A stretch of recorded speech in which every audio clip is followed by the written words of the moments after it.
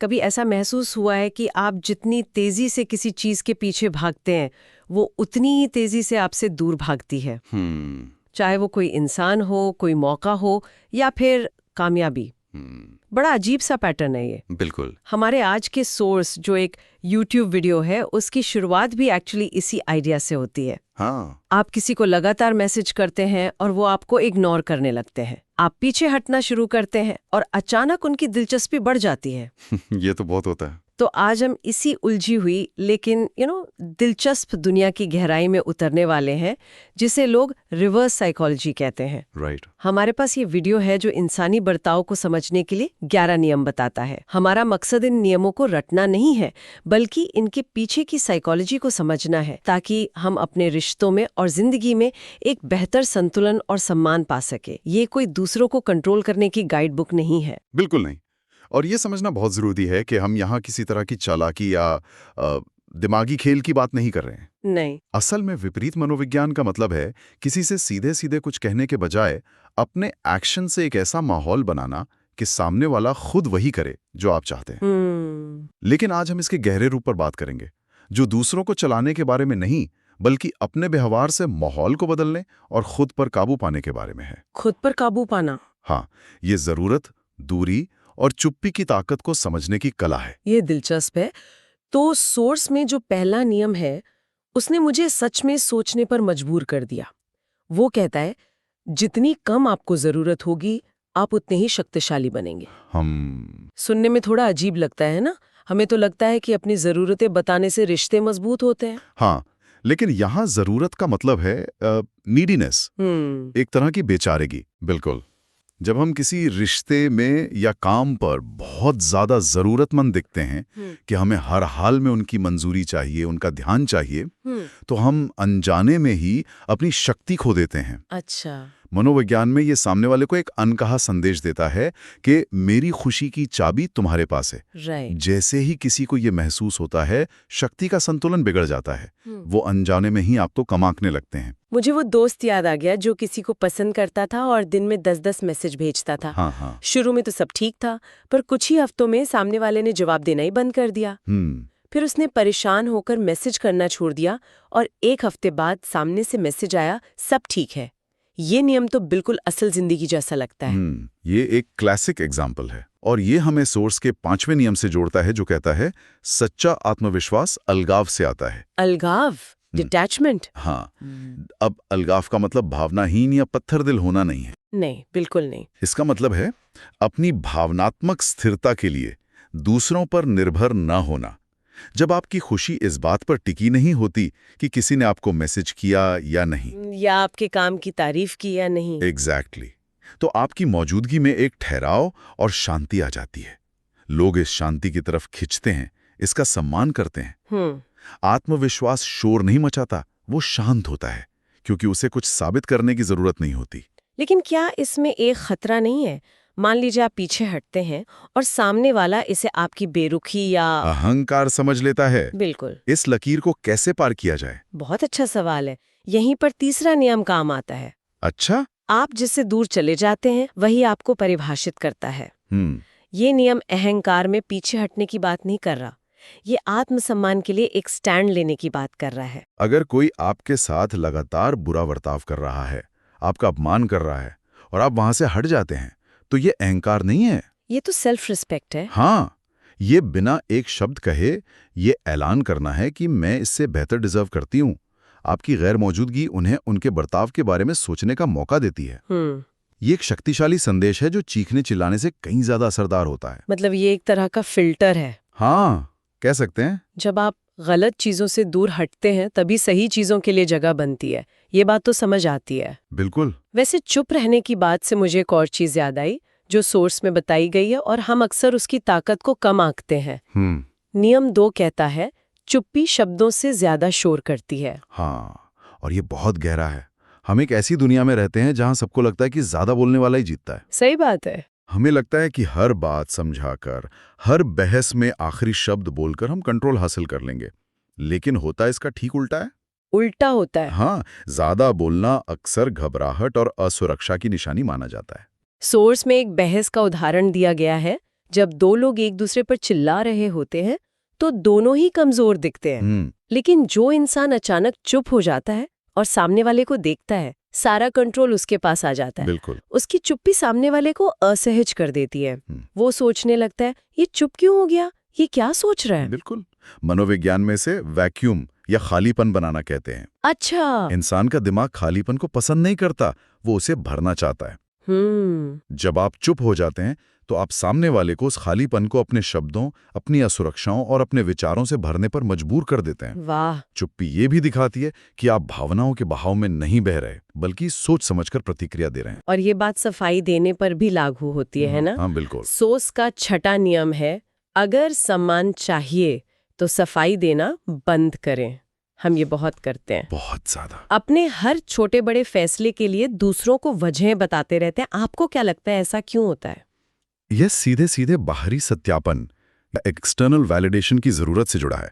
जब हम अपने किसी फैसले के लिए सफाई देते हैं तो हम अनजाने में सामने वाले को जज की कुर्सी पर बिठा देते हैं। सही बात है। हम उनसे कह रहे होते हैं, प्लीज मेरे फैसले को सही ठहरा दो। और आत्मविश्वासी लोग ऐसा नहीं करते। नहीं, वो अपने निर्णय लेते हैं और उनके साथ खड़े रहते हैं।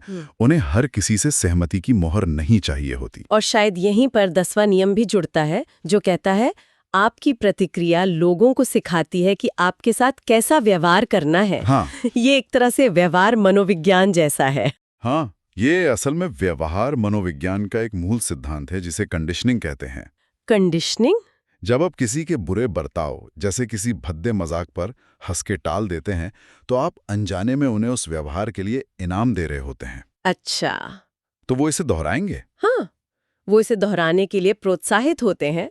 इसके विपरीत शांति से एक सीमा तय करना, जैसे बिना हंसे बस उन्हें देखना या टॉपिक बदल देना, ये एक तरह की नेगेटिव पनिशमेंट है। आप उन्हें वो प्रतिक्रिया नहीं दे रहे हैं जिसकी वे उम्मीद कर रहे थे, और इससे उन्हें संदेश मिलता है कि यह व्यवहार स्वीकार्य नहीं है। मतलब सम्मान कमाया जाता है और वो हमारी प्रतिक्रियाओं से ही बनता है। वाह। मतलब हमारी छोटी छोटी प्रतिक्रियाएं असल में दूसरों के लिए एक ट्रेनिंग मैनुअल लिख रही होती है। बिल्कुल। ये तो बहुत शक्तिशाली विचार है। चलिए अब रिश्तों की उस गतिशीलता पर आते हैं जिसे समझना शायद सबसे मुश्किल है। हर तक, हर जगह। इसके पीछे का मनोविज्ञान क्या है? तो इसके पीछे मनोविज्ञान का एक बहुत मजबूत सिद्धांत काम करता है, जिसे स्कैरसिटी प्रिंसिपल या दुर्लभता का सिद्धांत कहते हैं। Scarcity principle. हमारा दिमाग उन चीजों को अपने आप ज्यादा कीमती मान लेता है जो कम मात्रा में उपलब्ध हो या जिन्हें पाना मुश्किल हो। Limited edition phone. हाँ, सिर्फ 2 दिन की सेल, ये सब इसी पर काम करते हैं। जब कोई इंसान हर समय हर किसी के लिए उपलब्ध होता है तो हमारा दिमाग उसे कॉमन या सामान्य मान लेता है। और जब कोई अपनी एक अलग दुनिया, अपने शौक और अपनी सीमाओं के साथ जीता है तो उसकी मौजूदगी अपने आप में एक लिमिटेड एडिशन जैसी हो जाती है, जिससे लोग ज्यादा महत्व देते हैं। तो इसका मतलब ये नहीं कि हम जानबूझकर मतलबी बन जाएं या लोगों को नजरअंदाज करें। नहीं, बिल्कुल नहीं। बल्कि इसका मतलब है कि अपनी उपलब्धता को थोड़ा नियंत्रित करें। अपना समय और ध्यान कीमती है, उसे ऐसे ही नहीं लुटाया जाना चाहिए। बिल्कुल। और यहीं से 7वां नियम निकलता है। कौन सा? उन्हें अपनी ओर खींचने के लिए खुद पीछे हटें। ये खेल खेलने के बारे में नहीं है, बल्कि रिश्ते में बिगड़े हुए संतुलन को ठीक करने के बारे में है। अच्छा। अगर आपको महसूस हो रहा है कि आप ही हमेशा फोन कर रही हैं, आप ही हमेशा प्लान बना रही हैं, हाँ, एफर्ट एक तरफ से हो रहा है, तो थोड़ा सा पीछे हटना सामने वाले को आपकी कोशिशों का मूल्य महसूस करने का मौका देता है। यह उन्हें यह याद दिलाता है कि आपका ध्यान और ऊर्जा गारंटीशुदा नहीं है, वे कीमती हैं और उन्हें भी कमाना पड़ता है। लेकिन ये संतुलन बनाना बहुत मुश्किल होगा। बहुत मुश्किल। और इसी से जुड़ा एक और गहरा सिद्धांत है, नियम 9, लोगों को आजादी दें और वे लौट आएंगे। ये शायद सबसे मुश्किल नियमों में से एक है, क्योंकि हमारी आदत अक्सर कंट्रोल करने की होती है, खास तौर पर उन लोगों को जिन्हें हम प्यार करते हैं। हाँ, और मनोविज्ञान इसे साइकोलॉजिकल रिएक्टेंस कहता है। रिएक्टेंस। जब भी हमें महसूस होता है कि हमारी आजादी छीनी जा रही है या हमें कुछ करने के लिए मजबूर किया जा रहा है, तो हमारी स्वाभाविक प्रतिक्रिया उस दबाव के ठीक उल्टा काम करने की होती है। हाँ, ये तो होता है। इसीलिए किसी को बदलने की कोशिश करना या उन पर अपनी उम्मीदें थोपना हमेशा उल्टा पड़ता है। जब आप लोगों को स्पेस और भरोसा देते हैं तो वो सुरक्षित और सम्मानित महसूस करते हैं। ऐसे में वो मजबूरी में नहीं बल्कि अपनी इच्छा से आपके पास लौटते हैं। क्योंकि सच्चा रिश्ता डर या नियंत्रण पर नहीं टिकता, वो आपसी सम्मान पर टिकता है। ये सब सुनकर ऐसा लग रहा है कि ज्यादातर नियम बाहरी दुनिया से ज्यादा हमारी अंदरूनी दुनिया के बारे में है। बिल्कुल। और अब हम आखिरी और शायद सबसे रहस्यमय नियम पर आते हैं। नियम 11 कहता है, उन्हें ये सोचने दें कि वे आपको जानते हैं। ये सुनने में थोड़ा चालाकी भरा लगता है। क्या इसका मतलब बेईमान होना है? नहीं, बिल्कुल नहीं। ये बेईमानी के बारे में नहीं है, ये स्ट्रेटेजिक वल्नरेबिलिटी के बारे में है। मतलब ज्यादातर लोग खुद को समझाने, अपनी हर भावना, हर डर और हर योजना को दुनिया के सामने रखने की जरूरत महसूस करते हैं। हाँ। ये नियम कहता है कि अपने बारे में सब कुछ बता देना आपकी शक्ति को कम कर देता है।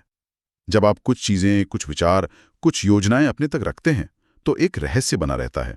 लोग आपके अगले कदम का अंदाजा नहीं लगा पाते। तो इसका फायदा क्या है? इसका फायदा यह है कि जब लोग सोचते हैं कि वे आपको पूरी तरह समझ गए हैं तो वो कंफर्टेबल हो जाते हैं। हाँ, तो वे आपके सामने अपनी रक्षा करना बंद कर देते हैं और अपने असली इरादे जाहिर करते हैं। अच्छा। ये आपको बिना किसी टकराव के स्थिति को बेहतर ढंग से समझने और नियंत्रित करने का मौका देता है। सोचिए, शतरंज के खेल में अगर आप अपने सारे दांव पहले ही बता दें तो आप कभी नहीं जीत सकते। सही बात है। रहस्य शक्ति का एक रूप है। जब हर कोई आपके अगले कदम का अनुमान लगा सकता है तो आप कमजोर हो जाते हैं। ये अपनी आत्मा को छिपाने के बारे में नहीं है, बल्कि अपने पत्ते सही समय पर खोलने के बारे में है।